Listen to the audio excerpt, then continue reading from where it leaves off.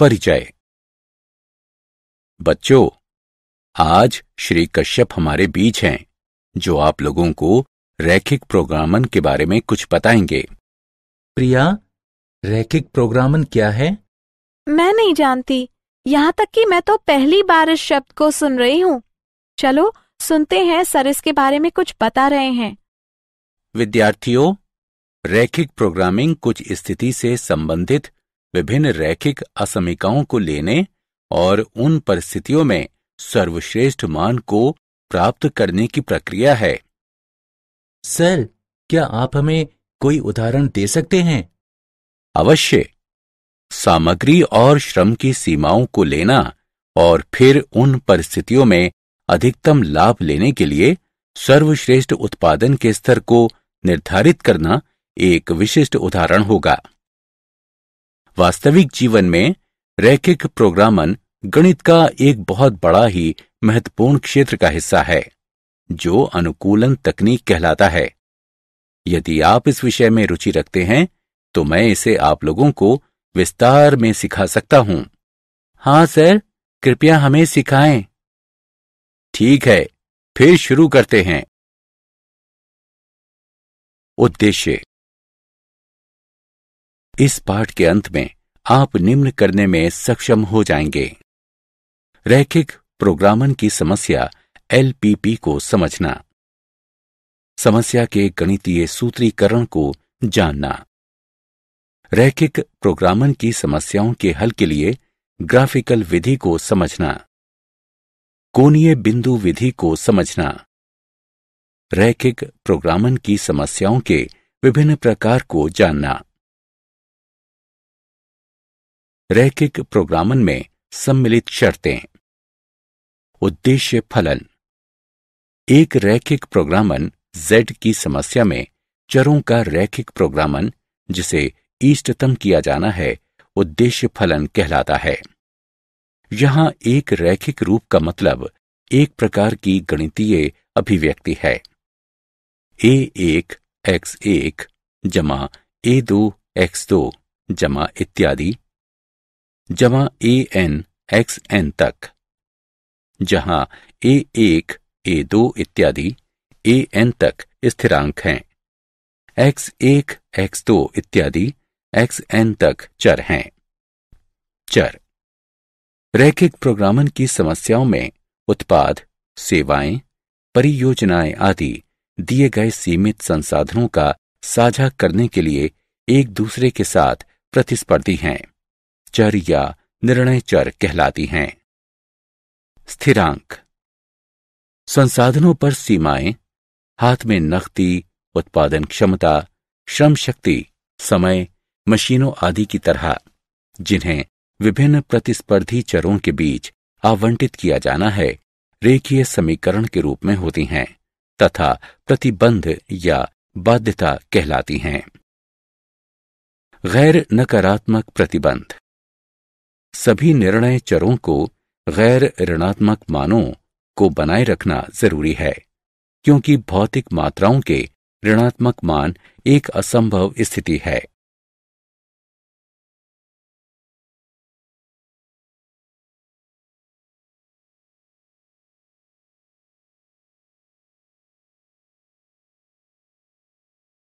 रैखिक प्रोग्रामन समस्या LPP।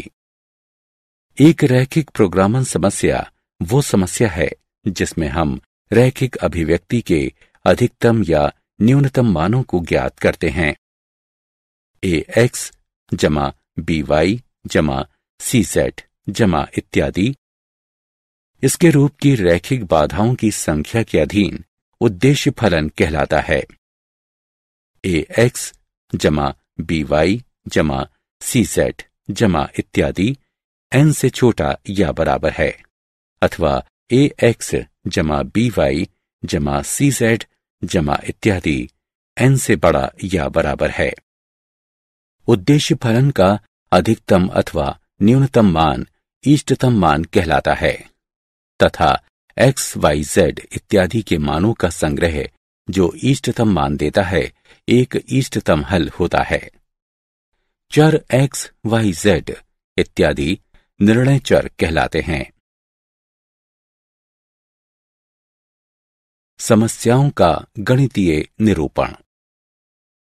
एक गणितीय मॉडल के रूप में रैखिक प्रोग्रामन समस्या के सूत्रीकरण में दिए गए महत्वपूर्ण कदम सम्मिलित होते हैं।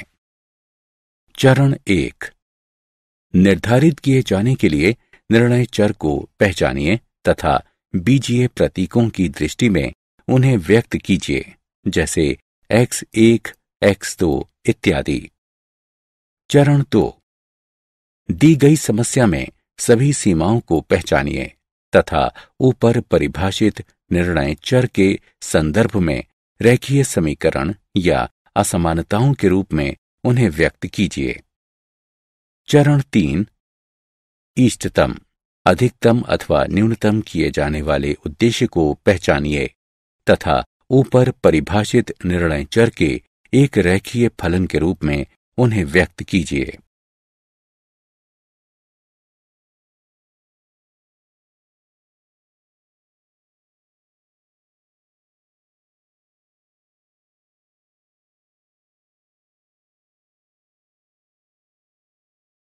उदाहरण, एक खुदरा व्यापारी ए तथा बी प्रकार के ट्रांजिस्टर रेडियो सेटों को खरीदना चाहता है।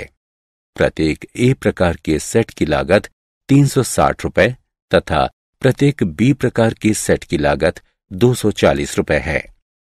खुदरा व्यापारी जानता है कि वो 20 से अधिक सेट नहीं बेच सकता, इसलिए वो 20 से अधिक सेट नहीं खरीदना चाहता है तथा वो 5,760 रुपए से अधिक का भुगतान नहीं कर सकता है।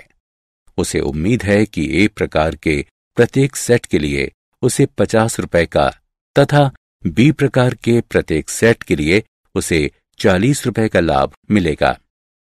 अधिकतम लाभ प्राप्त करने के लिए रैखिक प्रोग्रामन समस्या के रूप में समस्या का सूत्रीकरण कीजिए।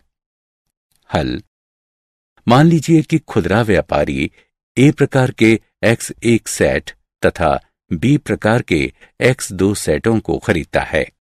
क्योंकि प्रत्येक प्रकार के सेटों की संख्या धनात्मक है, इसलिए X1 0 से बड़ा या बराबर है, इसे समीकरण 1 से चिन्हित करें। X2 0 से बड़ा या बराबर है, इसे समीकरण 2 से चिन्हित करें। इसके अतिरिक्त ए प्रकार के X1 सेटों की लागत तथा बी प्रकार के X2 सेटों की लागत है 360 X1 जमा 240 X2 तथा ये 5,760 रुपए के बराबर या कम होनी चाहिए, अर्थात 360 X1 जमा 240 X2 5,760 से छोटा या बराबर है, या 3x1 जमा 2x2 48 से छोटा या बराबर है। इसे समीकरण 3 से चिन्हित करें। आगे दोनों प्रकार के सेटों की संख्या 20 से अधिक नहीं होनी चाहिए, इसलिए x1 जमा x2 20 से छोटा या बराबर है। इसे समीकरण 4 से चिन्हित करें। चूंकि कुल लाभ ए प्रकार के X1 सेट तथा बी प्रकार के X2 सेटों की बिक्री से व्युत्पन्न लाभ है, इसलिए खुदरा व्यापारी ए प्रकार के X1 सेटों से 50 रुपए तथा बी प्रकार के X2 सेटों से 40 रुपए का लाभ कमाता है। अतः कुल लाभ निम्न द्वारा दिया जाता है। Z बराबर 50 X1 जमा 40 X2। इसे समीकरण 5 से चिन्हित करें। अतः दी गई रैखिक प्रोग्रामन समस्या का गणितीय सूत्रीकरण निम्न प्रकार है।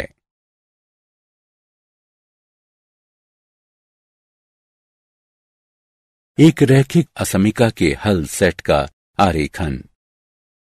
समीका को असमीका में बदलने से प्राप्त सरल रेखा का आरेख बनाइए। परीक्षण बिंदु का चयन कीजिए जो रेखा पर ना हो।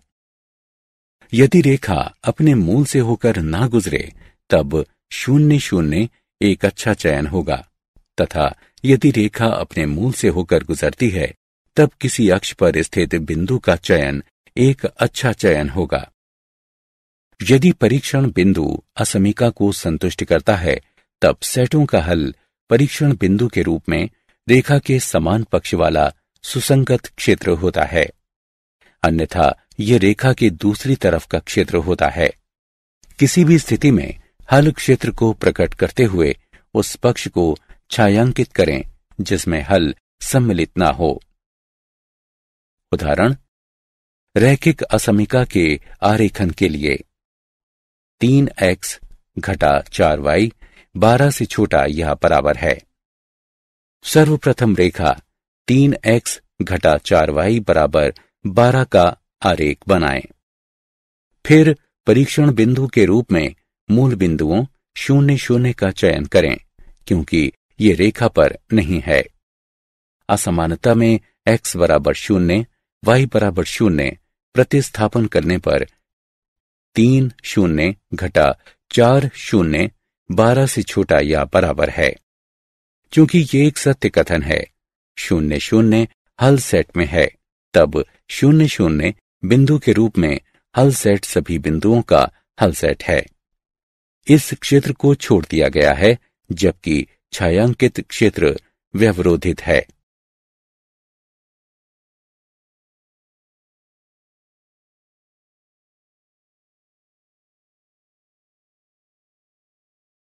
रैखिक प्रोग्रामन समस्याओं को हल करने की आलेखीय विधि। सुसंगत क्षेत्र। सुसंगत क्षेत्र का निर्धारण रैखिक असमीकाओं के एक संग्रह द्वारा किया जाता है। ये उन अंकों का संग्रह होता है जो सभी असमीकाओं को संतुष्ट करते हैं। दो चरों में रैखिक असमीकाओं के एक संग्रह द्वारा निर्धारित सुसंगत क्षेत्र का आरेखन करना। समतल के अनचाहे हिस्सों को छायांकित करते हुए उसी आलेख पर प्रत्येक असमीका द्वारा निरूपित क्षेत्र का आरेखन कीजिए। आरेखन के बाद जो क्षेत्र छायांकित नहीं है वही सुसंगत क्षेत्र होगा।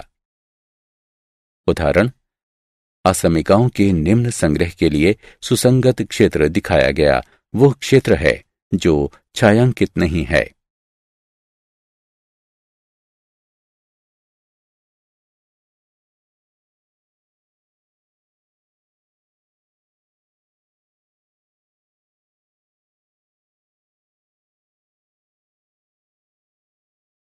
रैखिक प्रोग्रामन समस्याओं को हल करने की आलेखीय विधि। दो अज्ञातों में रैखिक प्रोग्रामन समस्याओं को हल करने के लिए आलेखीय विधि है। सुसंगत क्षेत्र का आलेख बनाइए। कोणीय बिंदु के निर्देशांकों की गणना कीजिए। इष्टतम मान कौन देता है ये देखने के लिए कोणीय बिंदु के निर्देशांकों को उद्देश्य फलन में प्रतिस्थापित कीजिए। यदि सुसंगत क्षेत्र सीमित है तब ये विधि भ्रामक हो सकती है। इष्टतम हल हमेशा अस्तित्व में होता है जब सुसंगत क्षेत्र सीमित होता है, लेकिन हल अस्तित्व भी हो सकता है, और नहीं भी जब सुसंगत क्षेत्र असीमित होता है।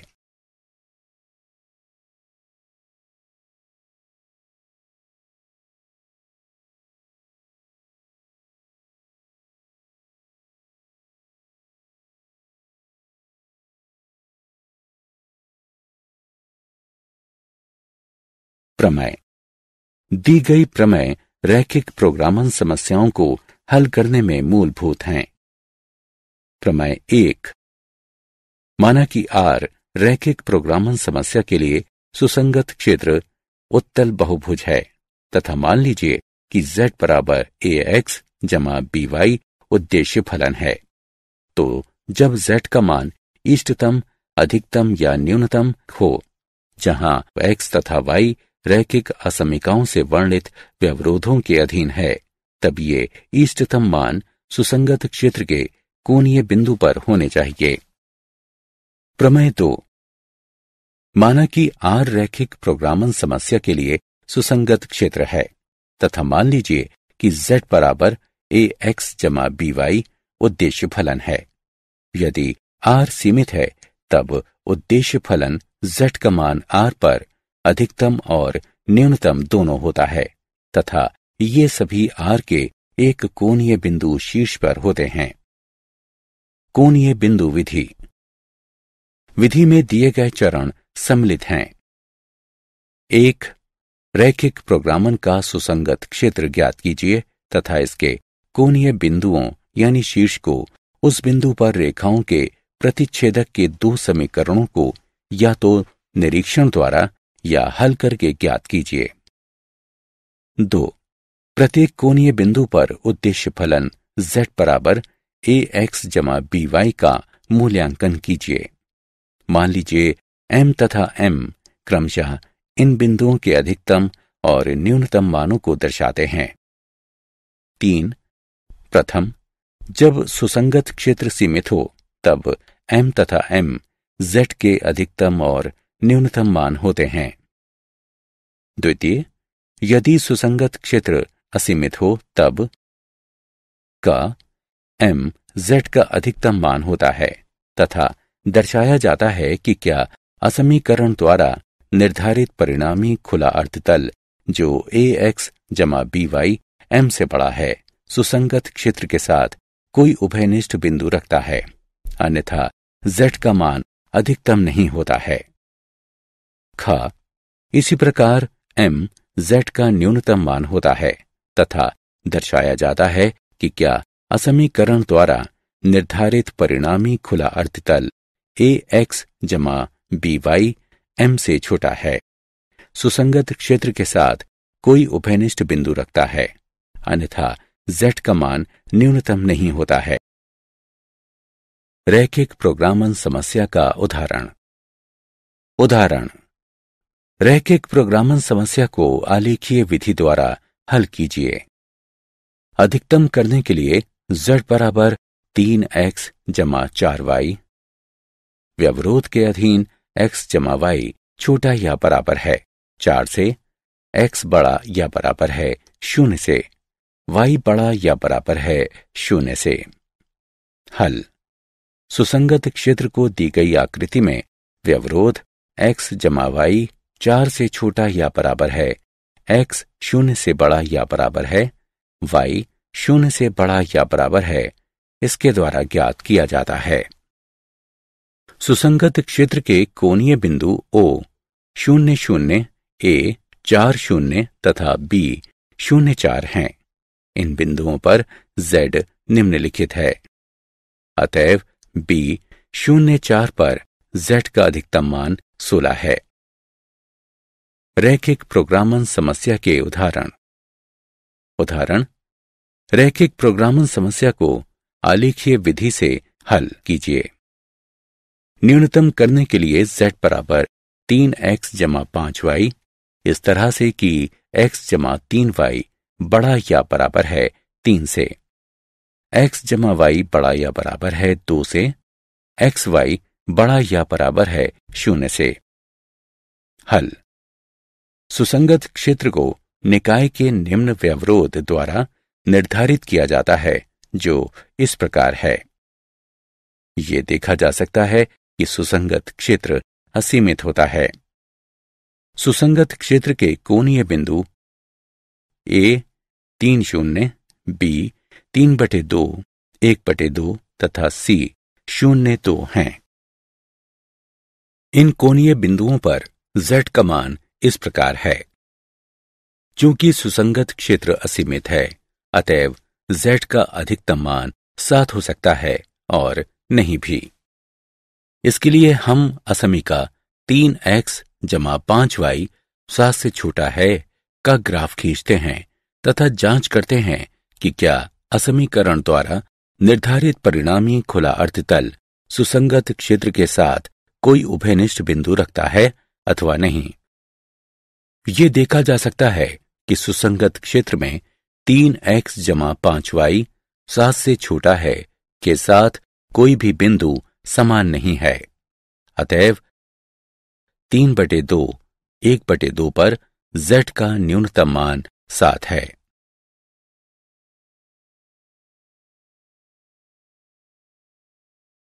रैखिक प्रोग्रामन समस्याओं के विभिन्न प्रकार। उत्पादन संबंधी समस्याएं। इन समस्याओं में हम निर्धारित करते हैं कि विभिन्न उत्पादनों की इकाइयों के नग बनाने तथा एक फर्म द्वारा बेचे जाने में एक निश्चित जनशक्ति, मशीन के घंटे, प्रति इकाई उत्पादन के श्रम के घंटे, प्रति इकाई माल भंडारण गोदाम आदि को दृष्टि में रखते हुए अधिकतम लाभ कमाया जा सके। चलो इसे बेहतर ढंग से समझने के लिए एक उदाहरण लेते हैं। उदाहरण, एक कारखाने में ए तथा बी दो प्रकार के पेंचों का निर्माण किया जाता है। प्रत्येक पेंच बनाने के लिए दो मशीनों, एक स्वचालित और एक हस्तचालित का उपयोग किया जाता है। ए प्रकार के पेंच के संकुल का निर्माण करने के लिए स्वचालित मशीन 4 मिनट तथा हस्तचलित मशीन 6 मिनट लेती है, जबकि बी प्रकार के पेंच के संकुल का निर्माण करने के लिए स्वचालित मशीन 6 मिनट तथा हस्तचालित मशीन 3 मिनट लेती है।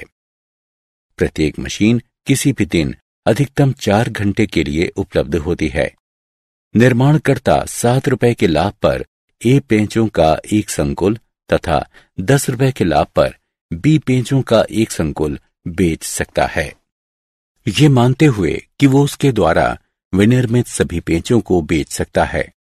कारखाने के मालिक को प्रतिदिन प्रत्येक प्रकार के कितने संकुलों का निर्माण करना चाहिए ताकि अधिकतम लाभ कमाया जा सके। अधिकतम लाभ ज्ञात कीजिए। हल। मान लीजिए कि कारखाना प्रतिदिन ए प्रकार के एक्स पेंचों का तथा बी प्रकार के वाई पेंचों का निर्माण करता है। अतएव एक्स 0 से बड़ा या बराबर है तथा वाई 0 से बड़ा या बराबर है। दी गई जानकारी को तालिका में निम्नानुसार संकलित किया जा सकता है। ए पेंचों के एक संकुल पर लाभ 7 रुपए है तथा बी पेंचों के एक संकुल पर लाभ 10 रुपए है। अतएव व्यवरोध निम्न है। कुल लाभ Z बराबर 7x जमा 10y। दी गई समस्या का गणितीय सूत्रीकरण इस प्रकार है। अधिकतम के लिए Z बराबर 7x जमा 10y, इसे समीकरण 1 से चिन्हित करें। व्यवरोध के अधीन 4x जमा 6y छोटा या बराबर है 240 से, इसे समीकरण 2 से चिन्हित करें। 6x जमा 3y छोटा या बराबर है 240 से, इसे समीकरण 3 से चिन्हित करें। x y 0 से बड़ा या बराबर है, इसे समीकरण 4 से चिन्हित करें। निकाय के व्यवरोध द्वारा निर्धारित सुसंगत क्षेत्र इस प्रकार दिया जाता है। कोणीय बिंदु A 40 0, B 30 20 तथा C 0 40 हैं। इन कोणीय बिंदुओं पर Z के मान निम्नानुसार हैं। 30 20 पर Z का अधिकतम मान 410 है।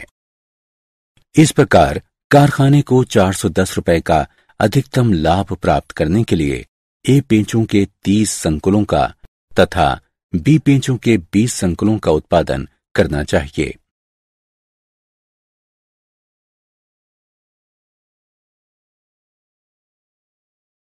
रैखिक प्रोग्रामन समस्याओं के विभिन्न प्रकार। आहार संबंधी समस्याएं। इन समस्याओं में हम विभिन्न प्रकार के घटक या पोषक तत्वों की मात्रा निर्धारित करते हैं, जिन्हें आहार में सम्मिलित किया जाना चाहिए ताकि वांछित आहार की लागत को कम किया जा सके, ताकि घटक या पोषक तत्वों की निश्चित न्यूनतम मात्रा सम्मिलित की जा सके। उदाहरण, रेशमा 2 प्रकार के भोज्यों P तथा Q को इस प्रकार मिलाना चाहती है कि मिश्रण में विटामिन A के कम से कम 8 मात्रक घटक तथा विटामिन B के कम से कम 11 मात्रक घटक हों। भोज्य P की लागत 60 रुपए प्रति किलोग्राम तथा भोज्य Q की लागत 80 रुपए प्रति किलोग्राम है। भोज्य P में प्रति किलोग्राम 3 मात्रक विटामिन A तथा प्रति किलोग्राम 5 मात्रक विटामिन बी सम्मिलित है, जबकि भोज्य क्यू में प्रति किलोग्राम 4 मात्रक विटामिन ए तथा प्रति किलोग्राम 2 मात्रक विटामिन बी सम्मिलित है। मिश्रण की न्यूनतम लागत ज्ञात कीजिए। हल। माना कि मिश्रण में भोज्य पी के x किलोग्राम तथा भोज्य क्यू के y किलोग्राम सम्मिलित हैं। अतएव x 0 से बड़ा है या बराबर है तथा y 0 से बड़ा है या बराबर है। दी गई जानकारी को निम्न तालिका में सम्मिलित किया जा सकता है। मिश्रण में कम से कम विटामिन ए के 8 तथा विटामिन बी के 11 मात्रक सम्मिलित होने चाहिए। अतएव निम्न व्यवरोध प्राप्त होते हैं। 3x जमा 4y 8 से बड़ा या बराबर है। 5x जमा 2y 11 से बड़ा है या बराबर है। भोज्य खरीदने का कुल मूल्य z है। z बराबर 60x जमा 80y। दी गई समस्या का गणितीय सूत्रीकरण निम्नलिखित है। कम करने के लिए z बराबर 60x जमा 80y, इसे समीकरण 1 से चिन्हित करें। व्यारोधों के अंतर्गत 3x जमा 4y 8 से बड़ा है या बराबर है, इसे समीकरण 2 से चिन्हित करें। 5x जमा 2y 11 से बड़ा है या बराबर है, इसे समीकरण 3 से चिन्हित करें। xy 0 से बड़ा है या बराबर है, इसे समीकरण 4 से चिन्हित करें। निकाय के व्यवरोधों द्वारा प्राप्त सुसंगत क्षेत्र निम्नानुसार है। ये देखा जा सकता है कि सुसंगत क्षेत्र अपरिबद्ध है। सुसंगत क्षेत्र के कोणीय बिंदु निम्न हैं। इन कोणीय बिंदुओं पर z का मान निम्नानुसार है। चूंकि सुसंगत क्षेत्र अपरिबद्ध है, अतएव z का न्यूनतम मान 160 हो सकता है और नहीं भी। इसके लिए हम निम्नलिखित असमीका का आलेख खींचते हैं। 60x जमा 80y 160 से छोटा है, अथवा 3x जमा 4y 8 से छोटा है, तथा जांच करते हैं कि क्या असमीकरण द्वारा निर्धारित परिणामी खुला अर्धतल सुसंगत क्षेत्र के साथ कोई उभयनिष्ठ बिंदु रखता है। यह देखा गया है कि सुसंगत क्षेत्र 3x जमा 4y 8 से छोटा है, इसके साथ कोई उभयनिष्ठ बिंदु रखता है। अतएव निम्न बिंदुओं के जोड़ने वाले रेखाखंड पर मिश्रण का न्यूनतम मूल्य 160 रुपये होगा।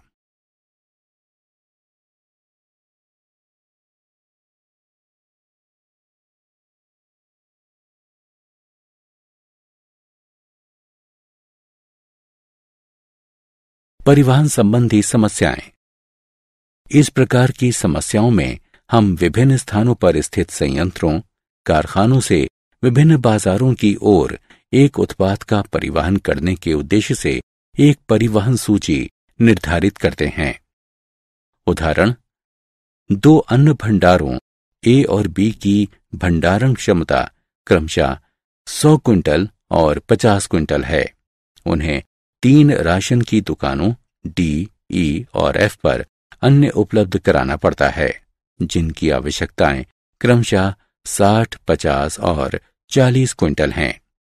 भंडारों से दुकानों का प्रति क्विंटल परिवहन व्यय निम्न सारणी के अनुसार है।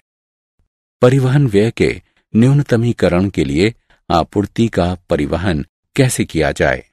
न्यूनतम परिवहन मूल्य क्या है? हल। माना कि अन्न भंडार ए दुकानों डी तथा ई के लिए क्रमशः x तथा y क्विंटल अन्न की आपूर्ति करता है। तब दुकान F के लिए 100 घटा x घटा y की आपूर्ति की जाएगी। दुकान D की आवश्यकता 60 क्विंटल है, चूंकि अन्न भंडार A से x क्विंटल का परिवहन किया गया है। अतएव शेष अन्न भंडार B से 60 घटा x क्विंटल का परिवहन किया जाएगा।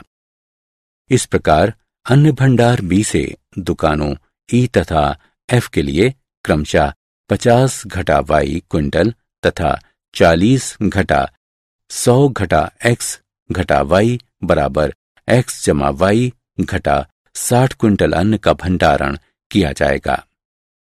दी गई समस्या को रेखा चित्र के द्वारा प्रदर्शित किया जा सकता है।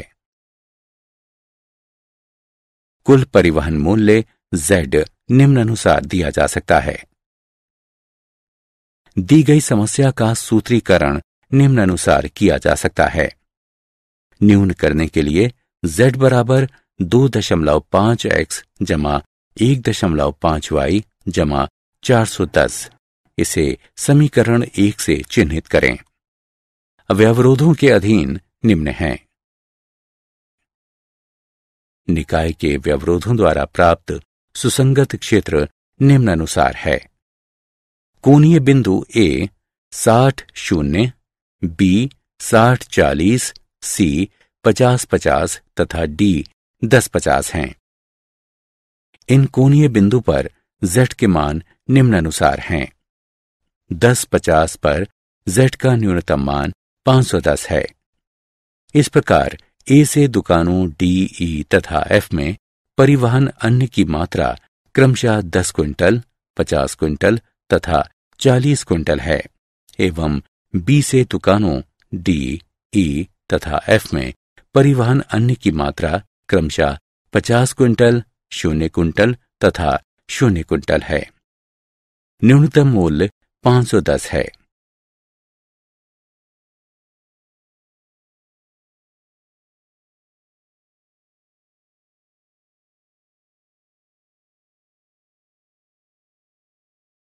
क्या आप जानते हैं, रैखिक प्रोग्रामन के क्षेत्र में प्रथम प्रोग्रामन का सूत्रपात रूसी गणितज्ञ एल केंटोरोविच तथा अमेरिकी अर्थशास्त्री F.L. हिचकोक ने सन 1941 में किया। दोनों ने स्वतंत्र रूप से कार्य किया। इस प्रोग्रामन को परिवहन समस्या के नाम से जाना गया। सन 1947 में G.B. डेंटजिग ने एक दक्षतापूर्ण विधि जो सिंप्लेक्स विधि के नाम से प्रसिद्ध है उसका सुझाव दिया, जो रैखिक प्रोग्रामन समस्याओं को सीमित प्रक्रमों में हल करने की सशक्त विधि है।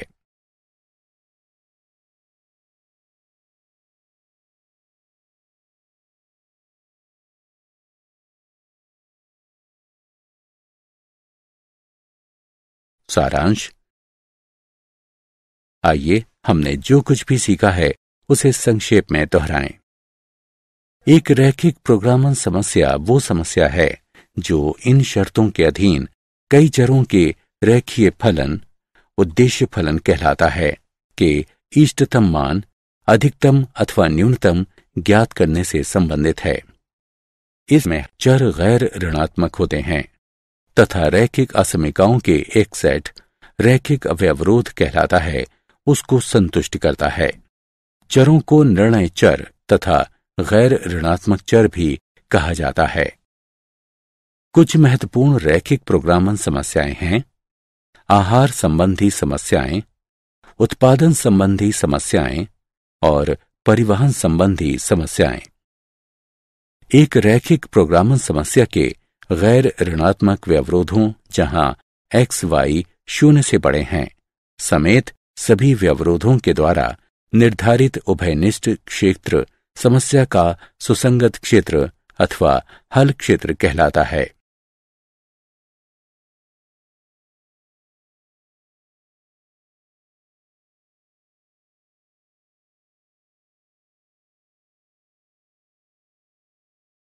सुसंगत क्षेत्र के भीतर तथा सुसंगत क्षेत्र पर बिंदु व्यवरोध के सुसंगत हल को प्रदर्शित करते हैं। सुसंगत क्षेत्र के बाहर कोई बिंदु व्यवरोध का असंगत हल होता है। सुसंगत क्षेत्र में कोई बिंदु जो उद्देश्य फलन का इष्टतम मान अधिकतम अथवा न्यूनतम देता है, इष्टतम हल कहलाता है। यदि इष्टतम क्षेत्र अपरिबद्ध है तब अधिकतम तथा न्यूनतम अस्तित्व में नहीं हो सकता है, किंतु यदि ये अस्तित्व में है तब इसे R के एक कोणीय बिंदु पर होना चाहिए। रेखीय प्रोग्रामन समस्या के हल की कोणीय बिंदु विधि में निम्नलिखित चरण सम्मिलित हैं। रैखिक प्रोग्रामन समस्या का सुसंगत क्षेत्र ज्ञात कीजिए तथा इसके कोणीय बिंदु का निर्धारण कीजिए। प्रत्येक कोणीय बिंदु पर उद्देश्य बिंदु z बराबर ax जमा by का मान ज्ञात कीजिए। माना कि m तथा m इन बिंदुओं पर क्रमशः अधिकतम और न्यूनतम मान हैं। यदि सुसंगत क्षेत्र परिबद्ध है तब m तथा m उद्देश्य फलन के क्रमशः अधिकतम और न्यूनतम मान हैं। यदि सुसंगत क्षेत्र अपरिबद्ध है तब m उद्देश्य फलन का अधिकतम मान होता है तथा दर्शाया जाता है कि क्या असमीकरण द्वारा निर्धारित परिणामी खुला अर्धतल ax जमा by m से बड़ा है, सुसंगत क्षेत्र के साथ कोई उभयनिष्ठ बिंदु रखता है, अन्यथा z का मान अधिकतम नहीं होता है। इसी प्रकार m उद्देश्य फलन का न्यूनतम मान होता है तथा दर्शाया जाता है कि क्या असमीकरण द्वारा निर्धारित परिणामी खुला अर्धतल ax जमा by m से छोटा है, सुसंगत क्षेत्र के साथ कोई उभयनिष्ठ बिंदु रखता है, अन्यथा z का मान न्यूनतम नहीं होता है।